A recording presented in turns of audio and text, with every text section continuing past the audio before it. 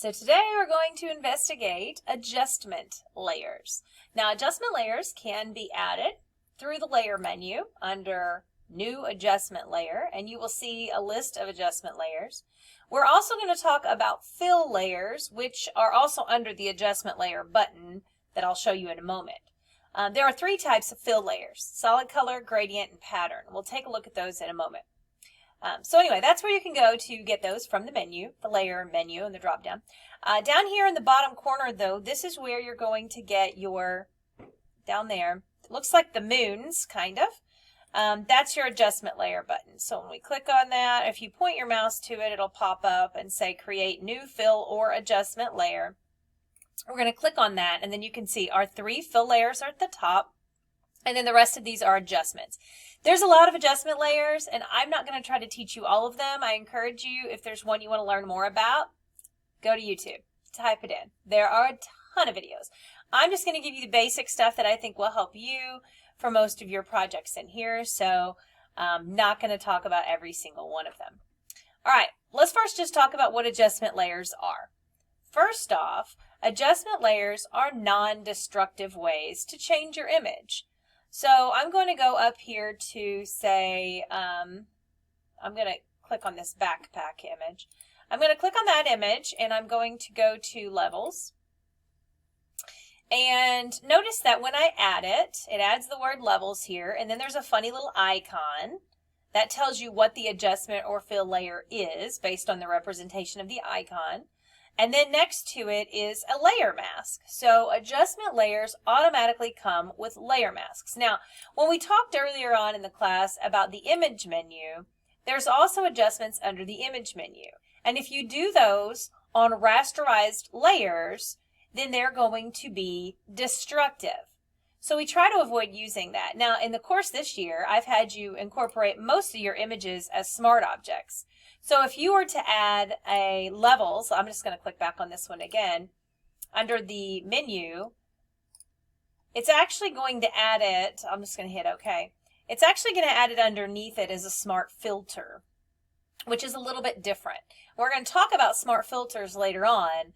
So for now, we're going to avoid that layer menu, and I'm going to delete this smart filter here. And we're going to only use, instead of the image menu, we're going to use the layer menu, or we're going to use the icon down here, okay? So what levels does is it will adjust various parts, and these show up in the properties panel, various parts of the image. And we're going to look here on these three sections. There's a little black triangle right below a bunch of, I like to call them mountains, but this is called a histogram. So under the histogram, there's some little icons, and by dragging these icons, we can adjust the entire picture. You can see the black one adjusts the dark parts of the image, which we call the shadows of an image. So, you know, dark areas, shadows. The gray slider is what we call the mid-tones, or the middle of the road, like the gray. So they're not actually adjusting the color gray, they're adjusting things that are not super dark and are not super light. Okay, so you drag it one way, they get lighter, you drag the other way, those parts get darker. And then the little white slider adjusts the bright areas, or highlights is what the term is. Okay, so make sure you know those terms: highlights, shadows, and midtones. So those are important graphic words whenever we're talking about using a histogram. Now, we'll get into that all detailed later on, but that's just an introduction to what an adjustment layer is.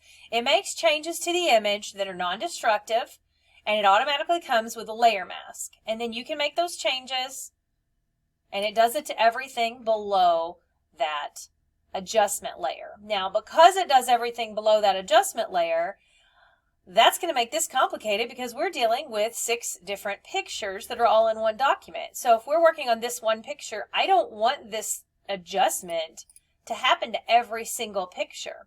I only want it to happen on the one I'm currently working with, right? So when you create these adjustment layers, most of the time you're going to want to clip them to the layer that you want it to be applied to. And that's a clipping mask, which we've used in the past. So your clipping mask button, remember you can right click and create a clipping mask, or if you're in Photoshop, there's a little button at the bottom of the properties panel that allows you to clip it to the layer. It even kind of looks like the clipping mask icon, the little arrow that points down. So you can use that clipping mask button from within the properties panel. Or you can hold down the Alt key and click between the layers. So there's still 3 ways, just like there always has been, to apply that clipping mask. Now as I drag up and down, notice this histogram looks different because before it was kind of examining everything, and now it's only looking at this one picture. So you can see it's kind of a little bit washed out. I'm going to zoom up on it a little bit. So if I pull the black slider in, so eventually we get that screen to turn black. You have to be careful because notice we're really blowing out the middles of these flowers. And so making these adjustments is something you have to be very careful about because you can mess up parts of your image, right? If you drag too far one way or too far another way. If we drag this white slider up too much, I mean, we're really messing it up. So anyway, so that's what an adjustment layer is in its basic form. Okay. Now let's go ahead and take a look at fill layers. So I'm just going to delete this, just drag this layer to the trash can and let go. Let's talk about a fill layer. So the top 3 are your fill layers. And the fill layers are used to create something. So like you can create something from nothing. For example, I'm actually going to click below the backpack picture, but I'm going to go here to fill layer and I'm going to say solid color. So what did it do? Well, it just created a solid color layer right behind or below this picture. And that's my color picker, so I can choose what color I want it to be. So if I want it to be this color, I would hit OK. And then you can see now I have this solid color behind here. Or if I moved it all the way to the bottom of my stack above my white background layer, then now I have a solid color background behind everything. So that's a solid color fill layer. Now, you can also pre-select to create that fill layer in a shape. So for instance, I'm going to take my marquee and choose the elliptical marquee. And I'm just going to draw a picture around, or an oval around this girl's head. Okay, now I'm going to come back over here to my adjustment layer button and I'm going to choose solid color. Now notice the adjustment layer looks completely different. The layer mask is filled with black except for this little bitty area that I had pre-selected. I'm just going to choose orange and hit OK. And then what we've created now, and we can't see it because it's down below her, is an orange oval, right? No different than, honestly, if I just drew an orange oval, right? So it's not that this is the most practical thing ever, but you can use this as a quicker way, or a different way, rather, to add something that has color. So there we go. I can change that color, and I've got this picture right here next to that one. If I drag it above it, then I can right click and I can clipping mask this into that little shape. Okay, we've done clipping masks before, so that's no different than the way we've done it in the past. Now I'm going to unclip this, right click and release my clipping mask on that one. So that's a color layer. I'm going to delete that layer. There are additional fill layers as well. There's a gradient fill, which will allow it to fill from one side to the other, which is kind of interesting. And then we have a pattern fill. So let's do a pattern first. I'm going to click on the pattern fill button. There we go. It automatically pops up and says, hey, let me fill this whole layer in with a pattern. You can click on the drop down arrow and then click on the gear and then go and load patterns, or if you're in Photoshop, you have a bunch of pattern books, like rock patterns. I'm going to hit OK. And then I get different rock patterns that I can use. Notice that there is a scale button here to scale those down so they're not so big. That was like tiny, tiny. They do tile over and over and over again. So there you go. And that's a pattern fill. So, you might use these as backgrounds behind something. It's a little bit nicer than just filling in your background, because we could take a paint bucket and fill in our background with a pattern. And we can come over here to the paint bucket. We can fill it in with a color or with a pattern the same way.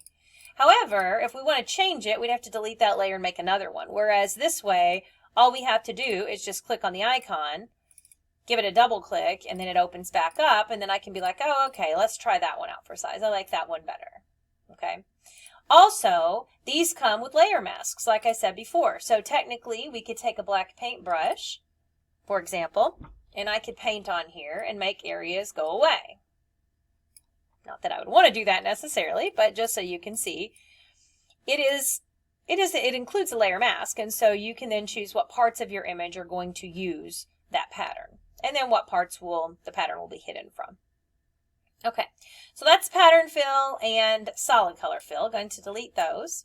And then finally, I'll go over the gradient fill. And let me pick this girl here, the Lady Flowers girl. I'm going to click on her. I'm actually going to hold the Control key and click, because that selects whatever is on the layer that I clicked on. Control, click the thumbnail, puts marching ants around whatever is on that layer. I'm going to do that first because I want to add a gradient overlay, or not a gradient overlay, a gradient fill layer, which looks a lot like a gradient overlay, to be perfectly honest. Okay, I'm going to click gradient, and then here you go. I've got a gradient that goes from my foreground color, which is this blue, to transparent. So like I've clicked this one here, its foreground's transparent. Or I could change that top color. Instead of it being blue, I can make it like a dark color. And then you get kind of fade along the edges. And you've used gradients before. You can add stops in here, so you could have, not that you want to do this, the picture's going to disappear.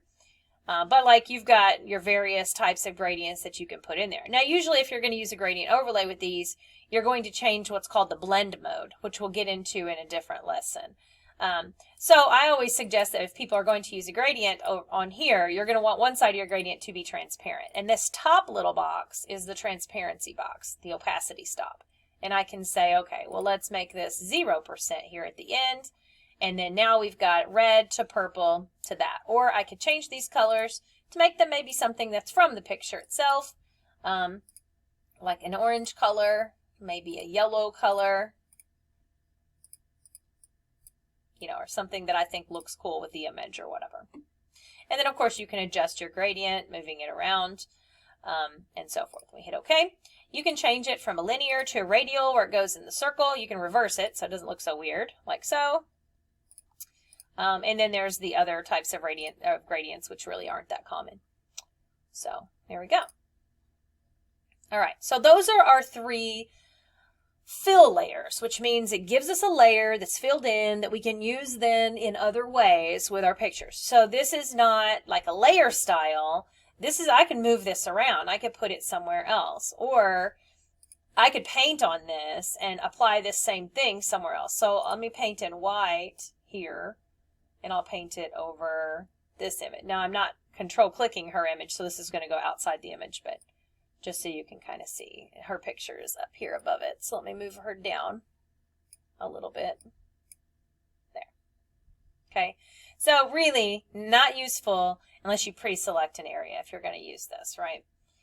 Remember, you can always click on your mask, paint in black to make something go away, which gives you that effect of erasing, and then we get it back to normal. It looks like it did to begin with.